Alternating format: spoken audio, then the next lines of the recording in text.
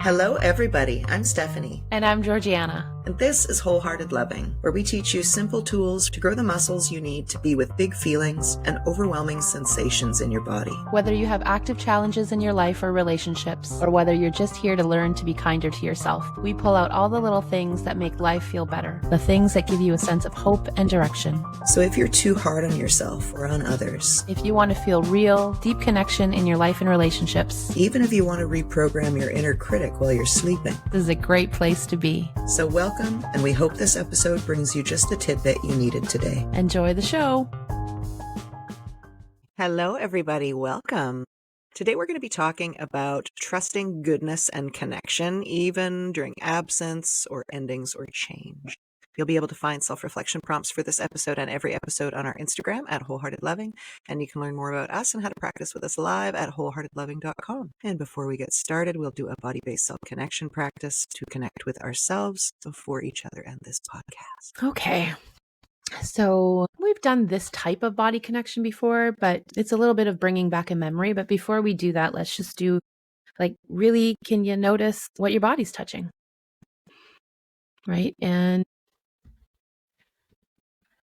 can you find some way of sitting, standing, laying, walking that feels pleasant, right? And make any adjustments that you might need to have whatever you're currently doing feel a little more pleasant or comfortable. Yeah, notice what begins to change as you practice honoring comfort and adjusting for comfort.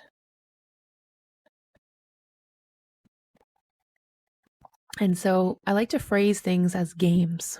So the game today is find a moment. It's for us right now, it's what day? Wednesday. But find a moment in the last week or so.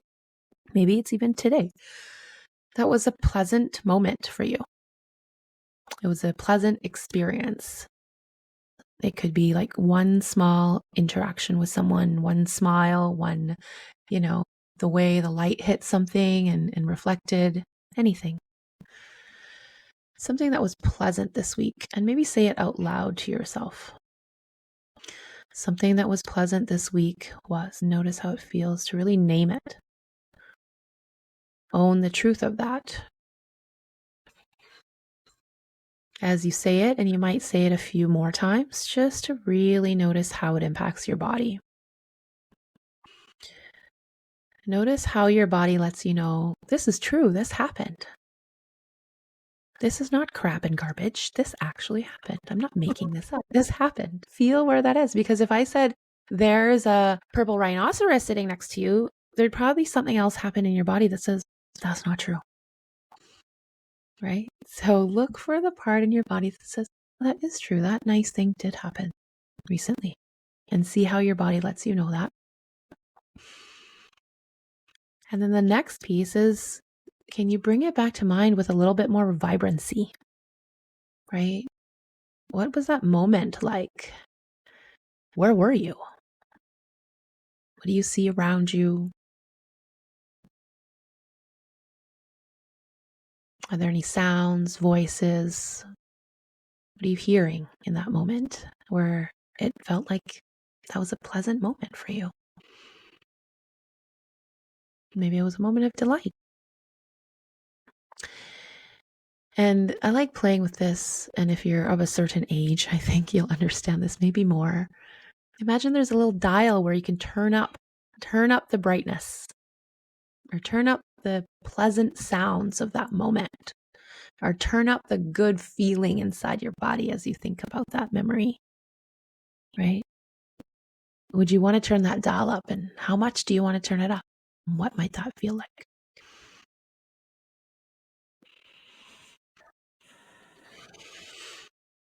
And linger and savor. I'm always practicing lingering and savoring pleasant moments as opposed to my very good experience of lingering and savoring not so pleasant moments. And something recently that I read was, can you harvest something from this moment for you to keep and carry with you along your day?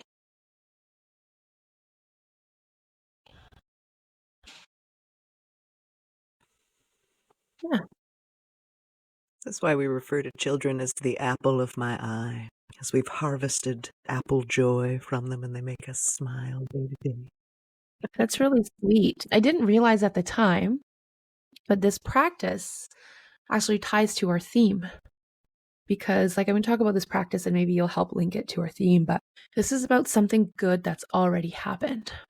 It's not happening right in this moment. It already happened. We're bringing intentional energy to bringing ourselves back to that moment and reliving it a little bit with some vibrancy, and then lingering and savoring and enjoying, and then maybe like adding, turning up the dial a little bit of the vibrancy of that moment, and then maybe lingering and savoring that. And then harvesting that, knowing it happened, knowing I get to carry this experience with me. It goes in the little piggy bank of good moments that I get to have with me as I move through life and move through my day and encounter some things that are going to feel harder at some point. And I get to go back and revisit those sweet moments. And they're not gone. They're not lost forever just because they're over. And maybe that helps remind us that we don't need to cling so hard and chase so hard and feel so, overwhelmed by the idea that this good moment will end, because it will. Mm-hmm. Inevitably, it does end. And it doesn't have to be a bad thing. It doesn't mean no more good moments will come. It just means this moment is now finished. Yeah. Well, and so this theme has come up today because today you and I decided that we're going to take a pause on Wholehearted Loving podcast for December and January. We're running conscious relationship training now.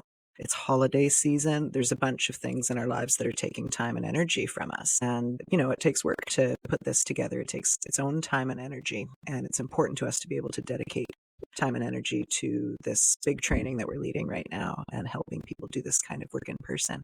So we've decided December and January, we're going to take off, and there may be new ways that we approach this when we come back in February. We don't really know yet. We're letting that emerge. So we want to leave you guys with some connection point within that there's still goodness and we're still here. We just might not be here in the ways that you've come to expect of us.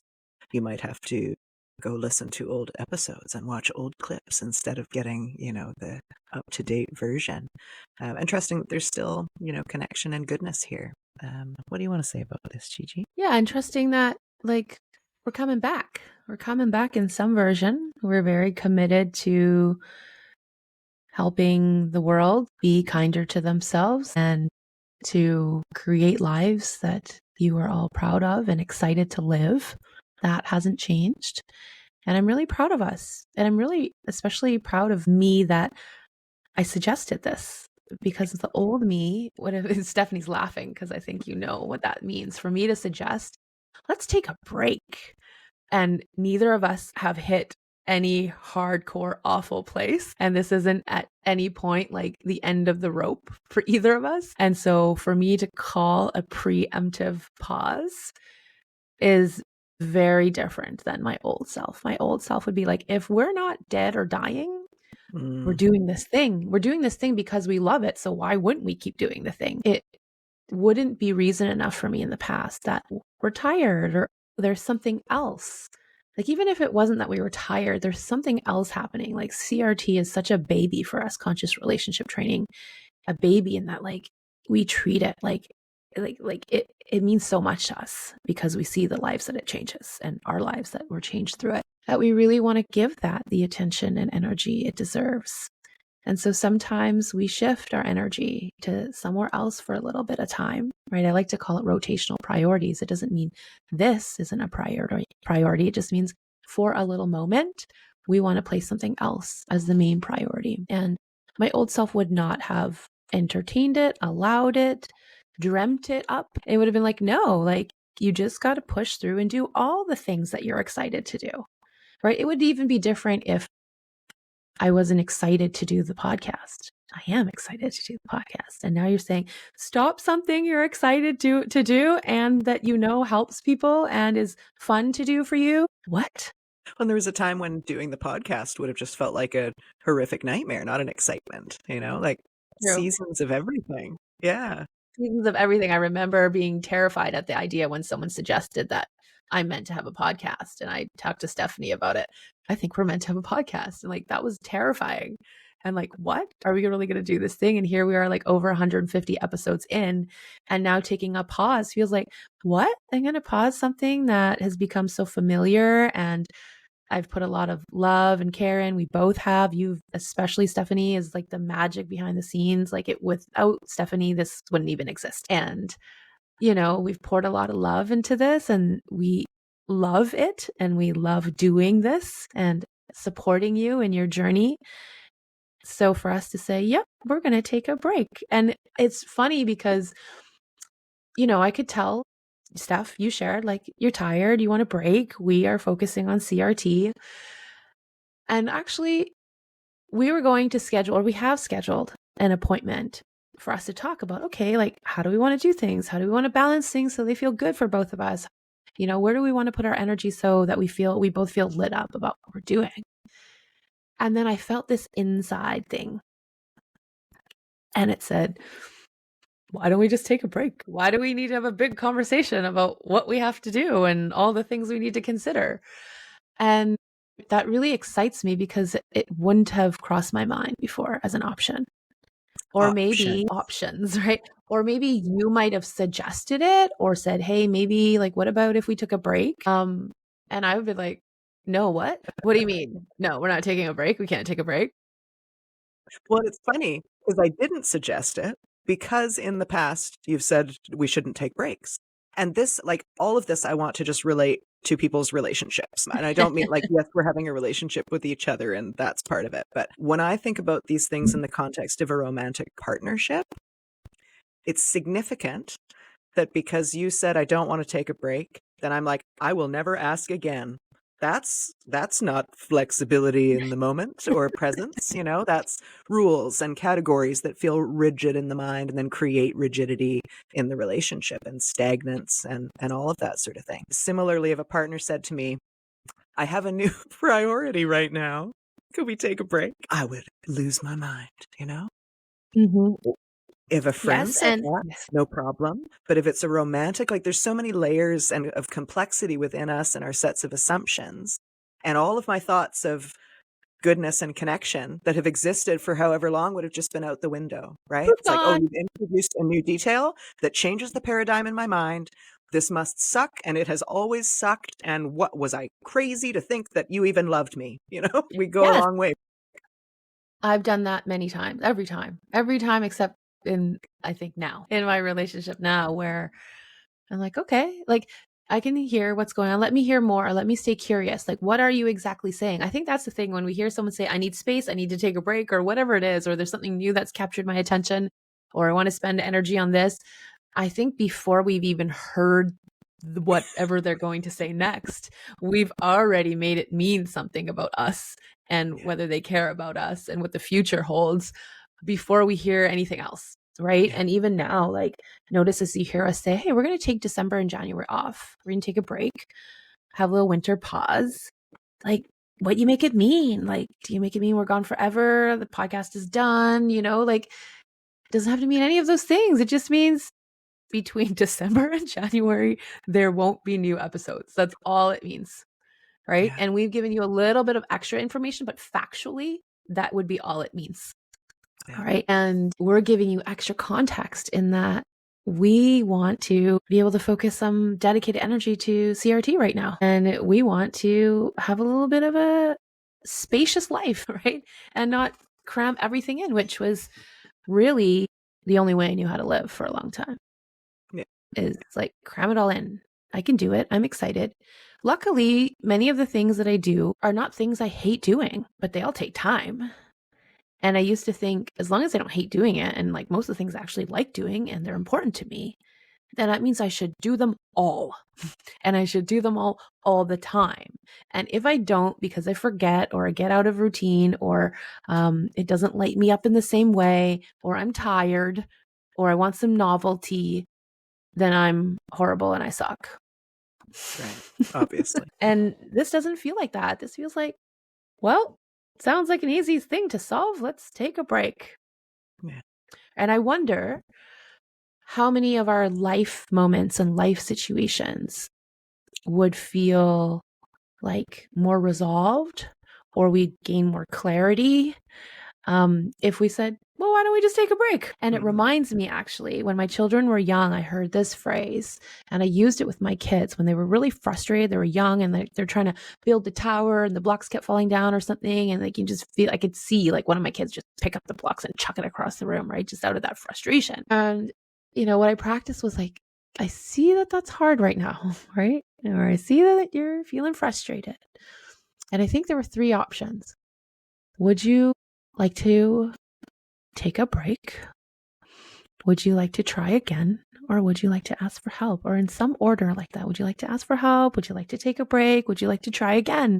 And like, how many of us actually don't allow ourselves to ask for help? We might try again, but we try again with inner critic voice of, I suck at this. This is not working. It's never going to work out, but let me just push through and try again anyways. That's not really like, let's try again. I think let's try again is, am I willing to adjust the circumstances and create the circumstances for me to have a real chance at success here again? Right? You're not describing my previous try agains, Georgia. No? No. Is it different? It's like, just keep going till I can't stand anymore, Or would you like to take a break? And take a break doesn't mean you're exasperated and you're freaking out on yourself and the situation. Take a break means like take a lovely time away to go do something that's nice, that feels good, and then come and revisit if you want. Not come and revisit for sure after your nice break. Come and revisit if you feel the pull and desire at that time. What? As opposed to ruminating for 5 minutes, then that's all. And 5 days and 5 hours, right? All the things and the 5 whatevers. Like, how many things did we even ruminate for like the 5 years of like, oh, I still haven't gone back and done that thing I said I was going to go back and do? Okay, say more about this break, because I know that I have mental blocks that require little pieces of data, and if I'm missing them, the whole concept doesn't make sense. And I know this was one that was true for me, and I don't think I'm unique. I had a spouse. We fought. The therapist said, take a break, go to different rooms, come back when you're ready. Okay, I didn't know what break meant. I didn't know what ready meant. Yeah. So I think ready became like the moment where I feel like I don't have to strangle someone actively, maybe that's, or like don't need to throw a brick actively. Break. I think that's key. Yeah. So sit in the car, ruminate, think about all the reasons that the other person's wrong, figure out what I'm going to say to teach them a lesson. None of that was obviously a break. And so it's not. It's just. It's not. It's an annex of the situation. But wait, the going to do something nice that feels nice, I think also I would have had trouble knowing really what that meant. Do you mean go have a cigarette? I'm like, is that the nice break you're describing? I mean, sort of, but no. The presence with self of a break, the not thinking about the situation, the occupying my conscious and subconscious with an activity that actually takes up that space. Can you say a bit more about that? Yeah. So it's like with a child, when they're going through something hard, like you might, I see that that's really hard right now, right? You might go through the questions of, hey, do you want to try again? Do you want to do whatever? And if you land on, yeah, I want to take a break, or if as the adult you see, this kid needs a break. And right now I'm talking about children, but we're also learning how to be our own inner adult, our own inner nurturer that says, I am watching Stephanie right now and I can see she needs a break, right? Let me take her. And if it was a child, we'd be like, oh, let's go look out the window. A right? distraction. A distraction. Let's go play this game. Do you want to play this game? Right. And I remember talking to parents about this. They're like, why would I reward them with a good time? Right. Well, it's because they're having a hard time. And maybe if we just had a bit of a good time or a better time, our systems could settle. And then you could teach the lesson if you really felt like they needed a lesson, or you could have more clarity if clarity is what you need to choose whether you go back. Right. So a healthy distraction is really important. It's to grow that skill, to know what are some of my healthy distractions. Some people call them self-regulating tools, things that help me regulate, things that help my system settle, things that help me feel good that also don't cause me harm, right? Or anyone else. And The value, though, comes in sort of exploring what that might be for you, enjoying it while you're in it, right? And then asking yourself the question, like, am I ready to turn back towards that and try it again? Or you might say, I'm not ready to turn back and try again, but I can identify that it is important to me, and I will make a plan to come back to that. Or you identify, like, I don't actually want to go back to that. That's not really that important to me right now or ever. Mm-hmm. And that clarity, like the clarity that you create to get to that knowing, is also important. Like, so it's not about, let me take a break and then go back to a horrible thing when I haven't even checked back to see if I want to go back to the thing. Right. And so there's so much choice in that process, and none of it has to feel additionally, optionally horrible while we're going through it. Right. Yeah. I can see that. I mean, I've learned so much since arriving with myself and my body 10 years ago. If I had had clarity on that situation at the time, I would not have been in that situation to begin with. So it's possible I was even protecting myself from seeing, Yeah. And if the therapist had used the word distraction, that would have been more helpful for me. It would have been like, I'm meant to use my brain for something different in this 5 minutes. That's Yes. not what I Yes. want. Because going and ruminating and thinking about all the things you're going to say and all your retaliatory comments and all the examples you're going to give about how they're messed up. Like, even as I say that, I'm like, that doesn't feel breakish to me. That feels like I'm continuing to ramp myself up. Yeah. And also fruitless, might I add. Well, When's the last no, time you've just figured out all rotten the fruit. ways? Rotten, super rotten fruit. Yeah. Yeah.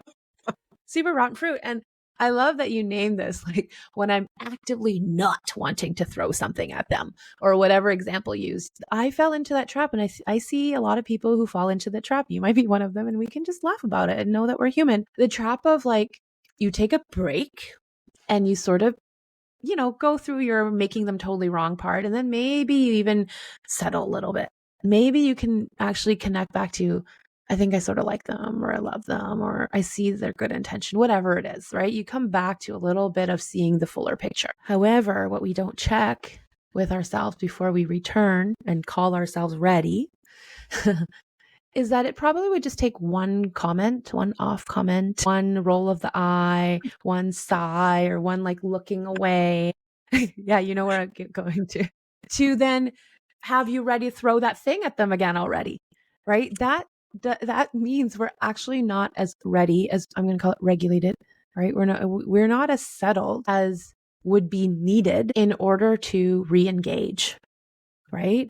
Unless you have parameters of, hey, we're not ready to re-engage on the level of speaking about that thing or returning back to that topic. But if we're just going to go chop carrots together right now and not talk about that thing, maybe with plastic knives, then maybe it's okay. I don't know why I thought of chopping carrots, and I thought, well, maybe not so good. But anyways, you know what I mean, right? Like, Yeah. unless you make certain agreements that, hey, we don't have the capacity right now to go to return back to that thing we were just doing, but what we do have capacity for right now is this, right? And I think that that's been a really helpful tool for me to bring into my relationships is, I don't have the capacity to talk about this right now. I do have the capacity for, like, snuggling, right? Mm, And so if you're open to that type of connection, I'm ready for that. But if you're wanting to rehash that thing again, I think I'm just going to get activated again and, like, want to lose my mind. yeah. So So knowing that. you're describing something. We've talked about this a lot as well in one of the ways that we're different. And I hope that I'm no longer different in this way.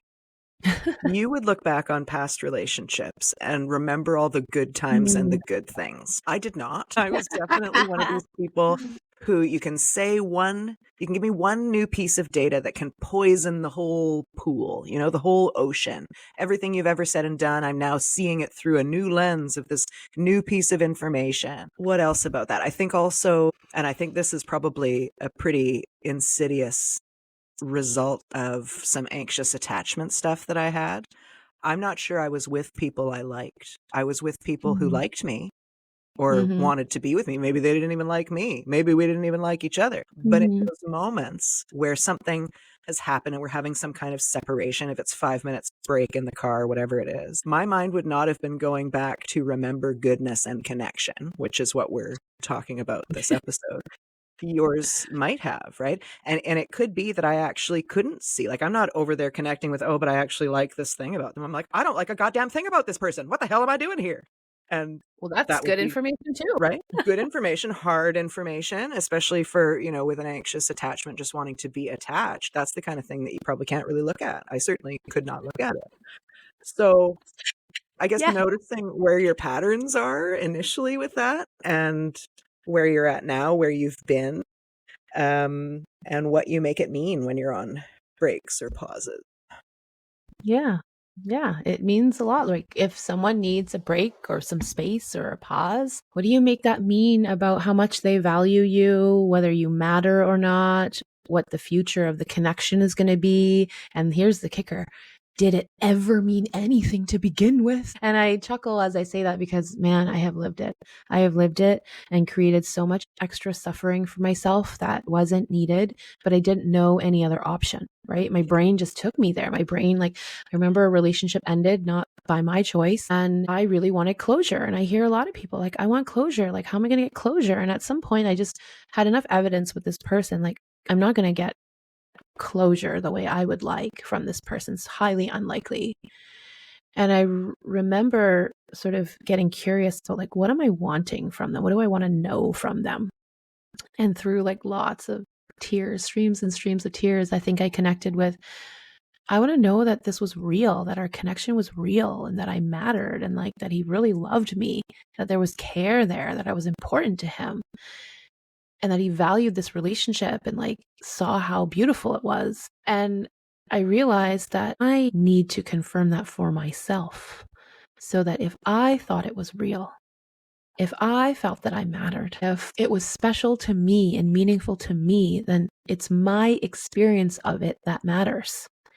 And I think growing up, sort of having my emotional experience and my gut senses not really valued or welcomed and made wrong in all different ways, it makes you think, for lack of a better word, like it makes you think you're crazy or you're nuts, right? And I hear that so often from people like, am I crazy? Or like, was that real? Like, it was real to you, right?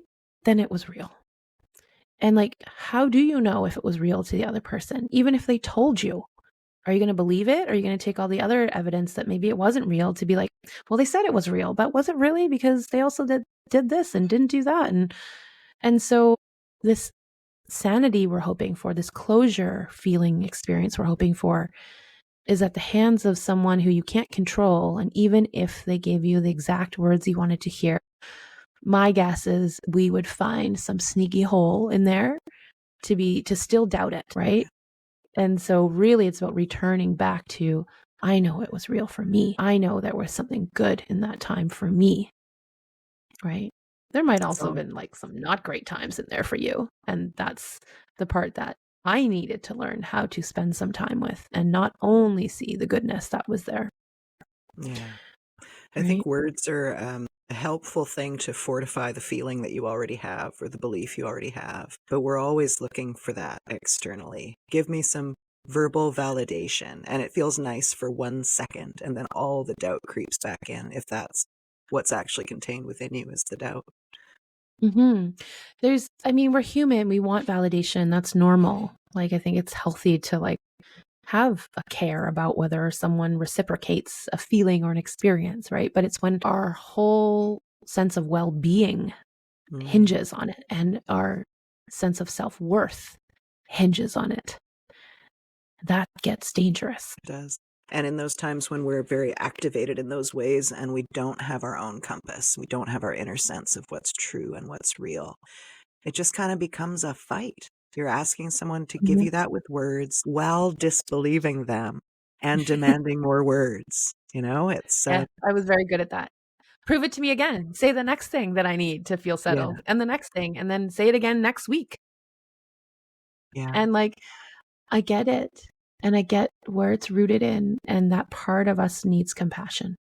That part of us that didn't get enough of that reassurance as a child needs to be held. Or maybe you got it as a child and it really got rocked later in life. That part of you needs that compassion. That, of course, you wanted to know deeply that you matter Yeah. and that you're valued and that your experience is real. And that is not something we can rely on getting externally, like as the only source of where it comes from. Like if we know that already, have a baseline knowing of that, and then we ask for that reassurance from someone and that feels nice, amazing. It's like a extra topper, cherry on the, what is it?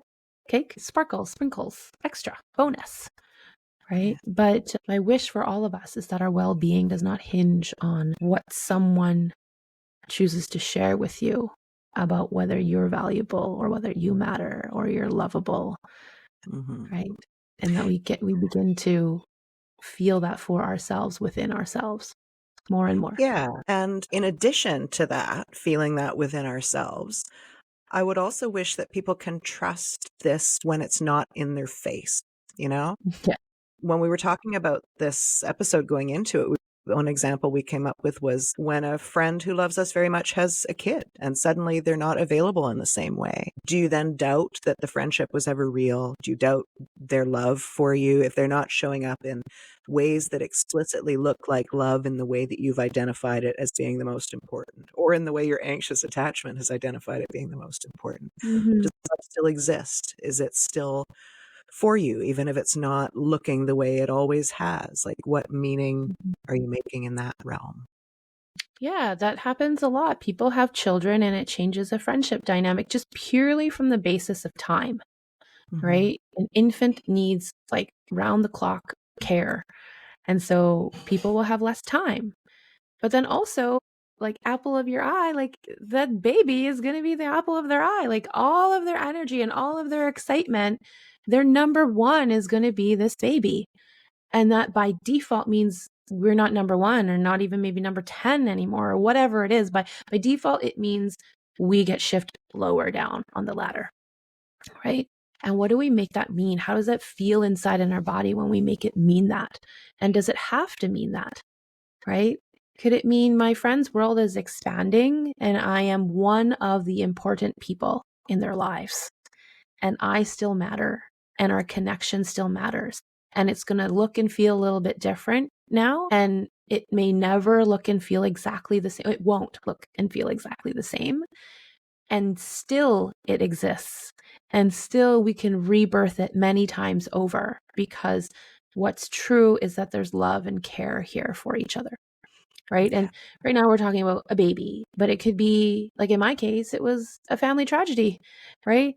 Like a really hard thing that happened that took me away and had less capacity for, being in contact with people in the same way. It could be a new career endeavor, like going back to school. It could be taking care of a sick parent or a sick child or something. It could be your own medical stuff, but so many reasons why someone's energy for us might shift.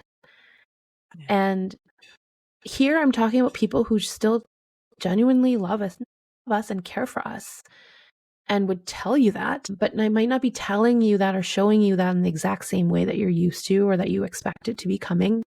And can you still look for, see, and feel the evidence that there is still care and love for you with this person? Man, I wish they taught that in kindergarten. That would have been Well, they helpful have for a me. book. They have a book called The Invisible String, and lots of Mm. books like it. The Kissing Hand, I think, is another one. It's sort of to let children know that even when someone's not with you, there's still love there. Like you have this invisible string tied around your wrist together. And like you Wow. could be in all different faraway places or at kindergarten and at work, and there's still love there. Right. And Wow. I think it's a good reminder, right? Because like you said, oh, I wish we knew that in kindergarten.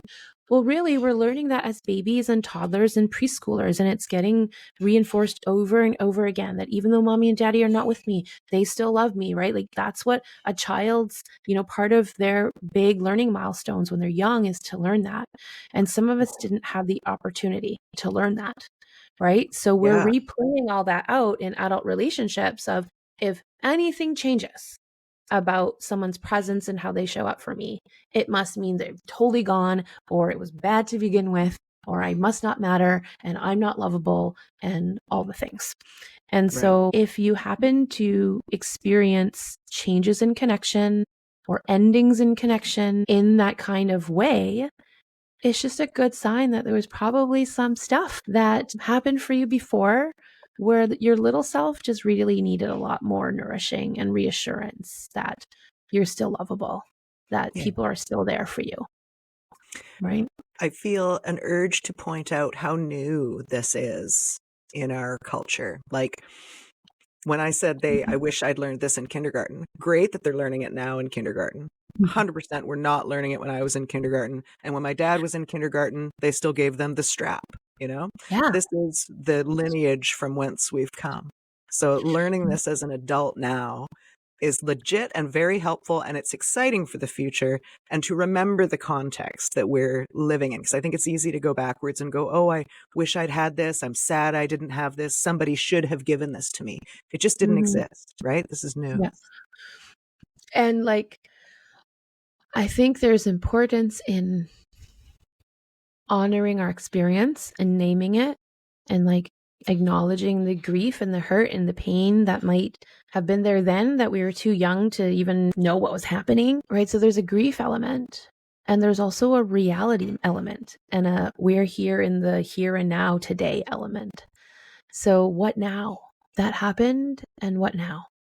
Right? Where do I have opportunities now to see it a bit differently? Where might I see that there are people who are showing up for me in a way that sometimes looks similar to what happened with my parents if that wasn't the most available? And there's differences here, right? That's where I think we fall into a trap is anytime any of our current, friends and lovers and intimate partners show up in ways that are similar to our caregivers, if our caregivers were not as present and available as we needed them to be, it's easy to smush them all together and think that the exact same thing is happening again, right? The body is going to have us think that because that's just an implicit body memory. It's meant to do that in an effort to try to protect us. But that's why we get to use like present moment observation and evidence over time to say, well, this feels a little familiar to when like my mom just up and left or like whatever. But what's different is this. What's different about this person is this. What's different about this relationship is this. What's different about what we've created together is this. And to really hang in the what's different for longer. If the hanging in what's similar is like feeling really bad, because that's only one part of the truth. Sure is. So what are you making it mean that we're going to be gone for 2 months? I'm making it mean this is a beautiful vacation for us and well deserved and well earned. And, not that we have to earn a vacation, but like we've done great stuff and it's been such a journey for us. And I'm so proud of us and so happy that we honored that initial yes. And holy crap, we're scared. What? A podcast? No. And that now it feels like time to like honor the seasons, right? We're like where we're recording, it's fall. We're honoring the seasons. You harvest what was good, right? There's so much good here. Harvest the fruits of our labor. So many fruits to like this labor of love where people from all over the world have said, like, we listen to you, we take notes, I have favorite episodes, like I go back to and re-listen, or I take no offense, please, but I love falling asleep to you. Your voice is so soothing.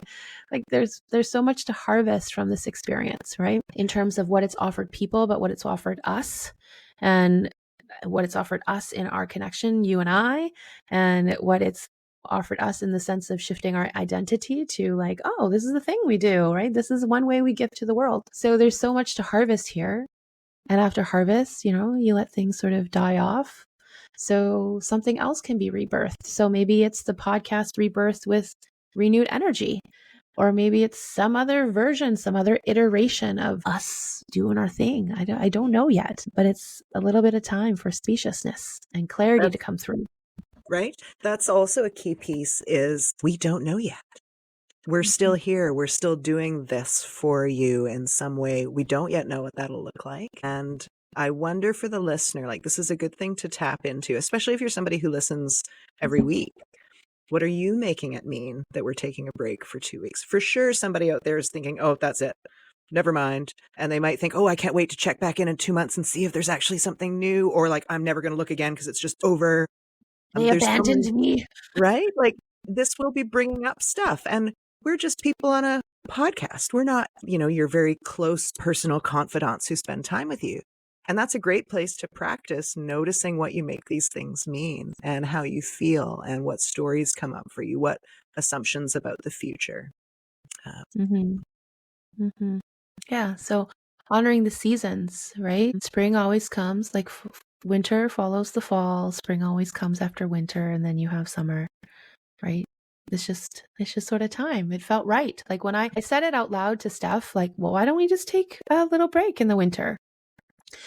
Because it felt right. I felt the yes of it. And I didn't know how she was going to take it. I didn't know if she thought I was nuts or she's going to be delighted. And you were delighted. Yay. Yeah. I Yeah. was delighted. And partly that delight is because there's going to be some revisioning that will feel good, right? In the past, so this is the other piece for people listening. We have this 2 months of uncertainty. We don't know what's coming next. Notice what you fill uncertainty with, because it's pretty rare to just go, oh, we don't know. Okay, guess we don't know. More likely you're going like, well, we don't know, but probably it'll be this and maybe it'll be that. And like, there's a real tenor to the maybes and the what ifs that we insert into uncertainty. And there exist people, maybe I'm speaking to them right now, who insert delight into uncertainty. They're like, ooh, it could be this, it could be that. Like, ooh, I'm delighted to see what's going to come next. They're expecting a pleasant surprise. And then there's people who are expecting unpleasant surprises. And then there are ways of being either way for all of us. Like I'll expect happy surprises in certain areas of life and unhappy surprises in other areas of life. And the great gift that I'm learning here is to pause and go, I actually don't know. I can fill this with ways that I want to feel. I could think about things that might look and feel nice to me that I desire, or I could fill it with my worries. And like, I had enough practice with the worries. I'm taking a pause on that for hopefully the rest of my life. Yeah, like, oh, this gets deep because notice if if you or I were in a different place years ago, we've been in that place, both of us, I think in our own version, we would have handled something like this differently in many ways. I wonder if we would have felt, I know I would have felt the need to give some type of answer that's more concrete, that would be an answer that I think people would want to hear. It would help people feel better about what's happening. And I love that I don't feel that obligation or duty or responsibility, right? I just feel the care that I want to put into this is I want to tell you matter and we love being here for you. And I don't know what's next. I don't know what iteration it will come back in. I know that I don't know if we were recording when we talked about this. Factually, what we know is there will be no new episodes in December and January. That's the only thing that there is to know. And like what we further make that mean is all optional. And yeah, there would have been a time where like, like maybe people would feel better if like we said this or we said that. Or notice anytime you need to tell someone or would like to tell someone, the answer is I don't know. But you can see the discomfort in their face or you can imagine it already. And you're like, oh, I better figure out something to tell them. They might Right? think this, they might think that. And all of a sudden you're in charge of everybody's potential thought feelings the world Yeah. over for the rest of time. Yes, yes. And I mean, this takes it to like life, death, mortality, all the things. I remember talking to my young son at the time. He asked me, he must have been 4. It's usually typically an age that kids start wondering like about death and dying. And he said like, are you going to die before me because you're older than me or something like that? I said, well, I might. I don't know yet. Right? We don't know that yet. We don't know that right now. And like I've always tried to be like age and developmentally appropriate truth to give that to my children. I said, I don't know yet. We don't know that. I said, sometimes that happens. I said, but what I know for sure is that if I did, there would be someone who loves you so much who takes care of you. And mama would always still love you. Right? And like, you could see him trying to like make sense of it. And he's like, and I kept sort of trying to remind him there would always be someone right? Who cares about you, who will take care of you, right? And he was reassured by that. And that's all I knew that I could say that I knew wasn't a lie, right? And he, as a 4-year-old, had to make sense of that and be like, okay. And also, I think what's cool is then he's like, okay, now I'm done talking about that now. Like, can we snuggle my pet dog? Like, it's just like, okay, I'll let that land for what it needs to be for now. And you said that there will always be someone who takes care of me. Okay. And then we go back to something else. That's the thing, is a lot of us can learn that from children. Children pivot. Like, once they've really felt heard and the emotion has passed through them, they pivot to the next thing. You're like, okay, well, let's go play, right? Or, okay, I'm going to bed now. A lot of us have like lost our ability to pivot and like switch gears and shift focus, right? And it doesn't mean that fear, curiosity might not pop up again. My 4-year-old, I'm sure between 4 and 13, asked many more times, like, what's going to happen when you die? Like, if you die, or like, what? And it's always sort of been some version of something similar, right? And that you will still be okay. You will be very, very sad if that happens. And lots of people would be very, very sad. So I don't want to lie about that, right? And you will be okay. There will be people around who love you, who want to take care of you, right? Who will understand how much you loved mommy and still love mommy, right? And so, like learning to remember that love and care exist, even if it's not in physical form right in front of you, right? And we've all got our own journey and how we connect to that, right? Our spiritual practice, your religion, your just deeper inside intuition, your knowing, right? And that might change over time as well, how you connect to those knowings. But there's opportunity everywhere all the time with things ending and changing. Like, they don't all have to be related to life and death, right? Things are changing and switching up all the time. And notice what our relationship is to those things happening. Right. I remember getting this feeling. I don't know if you got this as a child when we would have company over and it would feel so jovial and happy. And I think especially it impacted me because a lot of times there's a lot of fighting at home. So that wasn't really energy that I got to experience. And then everybody leaves at the end of the night. And you sit with that empty feeling, right? Or like wanting it back again, or like someone's come for a visit, your friend has come for a visit and now they left. And, and if you've ever had, one of my clients said this, I've just felt so deprived of these nice experiences in childhood, right? So if you've ever had this feeling of like, I didn't get enough of what I really needed, and then you finally get a bit or some, and then that needs to end or change, it makes sense that we're going to have like a big stirring of emotion connected to that. And so not negating any of the grief and the sadness and the heaviness, but and can you hang in the goodness? Right? And for some of us, and I've been there too, sometimes when something ends that you really value, I've needed to go to what's not good, what wasn't good, to help me not feel the grief and the missing so much. Right? But then like to switch back. Like recently I've done that. Someone passed away. It was important to me like 5.5 years ago. And for many of the initial years, mixing up and down, like I see distinct times when I had to remember the things that were not good so that I could feel like it's okay that this thing's over, that this thing happened. And then moments that wanted to pop in of, oh, but there were also these really beautiful, magical moments too. And sometimes I could let that land and sometimes I had to push it away because it brought the grief too close. And that's okay. But it's like, are we willing to dance with it? Is it that we lock away the grief and sadness forever? Or are we just saying, oh, I felt you knocking and I'm not home right now. I'm not home right now, but you can come knock again later and we'll see if I answer the door. Right. And I'm happy that I shifted out of those old patterns of locking these things away in the dungeon and throwing away the key and saying like, don't come back, never knock on this door again. It's just, ooh, right now I can't open the door for you. Right. But I do hear you knocking. I know that, I'll let you in one day. And then sometimes it's opposite of I'm like now like so in the what's hasn't felt good part. And that helped me sort of ride that initial wave and pain. Now maybe I want to like open up the window and let the sunshine in and feel some of what was good about that connection. And so, we play in that space of how much of each one you want to let in moment to moment. Yeah. Beauty. Thank you, Gigi. Mm-hmm.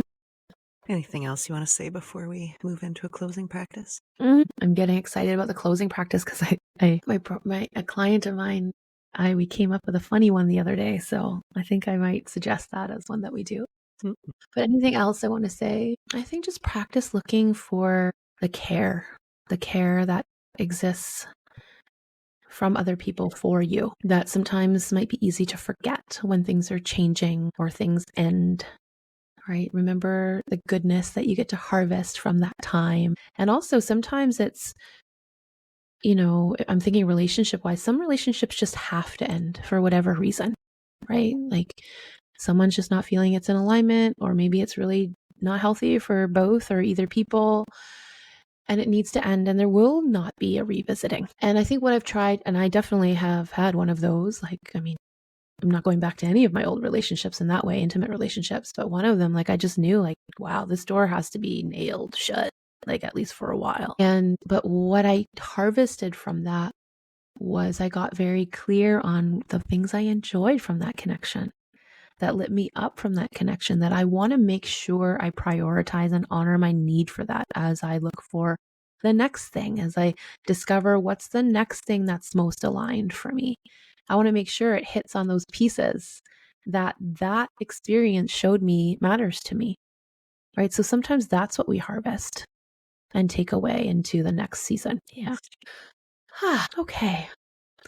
So, body practice. This is going to require a little bit of imagination, unless you are very, very skilled in this area of life, which I am not, and you have just the right setup in front of you, which I'm assuming most of us do not, which is we talked about savoring the moment, the completion of something, right?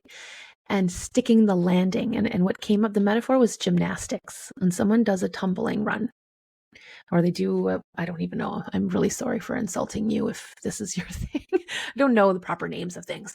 But, they do some sort of flippy flip thing and then they land it, right? They stick the landing. And that landing is sort of signifies completion of that element, that task, that routine. And they stand there and they don't just sort of lightly land and then walk off. They land, they really land in the completion of it, right? And then they also don't just land and then walk off. They go like this. And they have their arms up and their chest out and they're smiling or whatever that expression they're allowed to have. I can't remember if Olympians are allowed to smile. I think so. But there's this celebration moment. At least that's how I read it. It's like a look at me. I did the thing, right? That's what it symbolizes for me. If you're actually a gymnast and you actually know what it means, maybe it means something different, but how I see it is, for me, that's a metaphor for I did the thing. Look at me. Here I am. And so it's a little bit of ending something with awareness and intention, having gratitude for it, having pride in it, right? For yourself, for the fact that it was able to come to fruition. And then you walk off and the next thing meets you and you meet the next thing that's about to happen for your life or whatever it is. So I really like that. I really liked, and it came in the context of celebrating actions versus waiting for an outcome to be a certain type of outcome before there can be a celebration. Because sometimes you can be doing a lot of work towards something that matters to you, to an outcome that matters, and we only celebrate if and when that outcome manifests and it comes to fruition. And we've lost all these other moments in between. So what would it be like at every little, turn that we land it and say, oh, we did that thing. We did 150 some odd episodes. Let's land that. And then stand like that. Amazing. Right? Excellent. So if you don't see us right now, it's can you plant your feet on the floor? If you want to stand, you could stand. If you're just sitting, can you really sit in your seat? And can you raise those arms up, right? You just really sit here and it's okay, this moment is here. I'm in this moment and there's a celebratory energy and wow, I did this thing. We're here now, right? And lift the arms, lift the chest, open the chest, lift the chin, allow a smile to come if it's there, and feel it. Did the thing. We did the thing. I think if I was sticking a landing, Mm-hmm. I would be elbows out on my hands on my hips. Ta-da! Great. I did it. Ta-da! Right? Which is the same. It's like your version of ta-da, I did it. Right? And what is that going to be? Yeah, I like that. Ta-da, I did it. Ta-da, we did 150 something episodes. We honored the body yes that said, I think we need to do a podcast. And we like held the fear and was like, holy crap, what are we doing? And we did the thing. We leaned into something hard and we did it. And, ta-da. Ta-da! And now Mm-hmm. it takes on a new dimension of some mysterious sort. Mm-hmm. Neat. Mm-hmm. Well, okay. Is that all you want to say? I mean, Yeah. we could talk for weeks.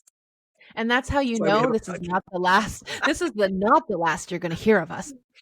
Yeah, it's true. Yeah. So, okay. I think all that I want to say is if you've been with us and you feel like you're going to miss us so much, you can hardly stand it. You don't actually have to miss us. We're still doing our twice a month live calls of somatic practices. If that's something you want to do, you're welcome to come join us. You can learn more about that on our website. And there's all the past episodes, there's all the reels. Theoretically, more reels will appear. We're going to kind of see what rolls out over the next couple of months. But know that Mhm. we are still here. Even though we're not coming into your ear every week in the same way, we're still here and we still care about you and we're still doing this good work in the world. And we'll see you soon. That's what I want to say. Yes. And like if you want to make sure you find out about opportunities to hang with us and practice other things and maybe another version or round of CRT or whatever we dream up next, make sure that what's the best way? Email list? Yeah, go to wholeheartedloving.com and join our, what is it even called at the bottom of the I don't page? know. The usual. Give us some way to find you so we can tell you what kind of magic we're dreaming up for you and with you. Yeah, You don't have to miss us. We're around still. we're around. Yeah.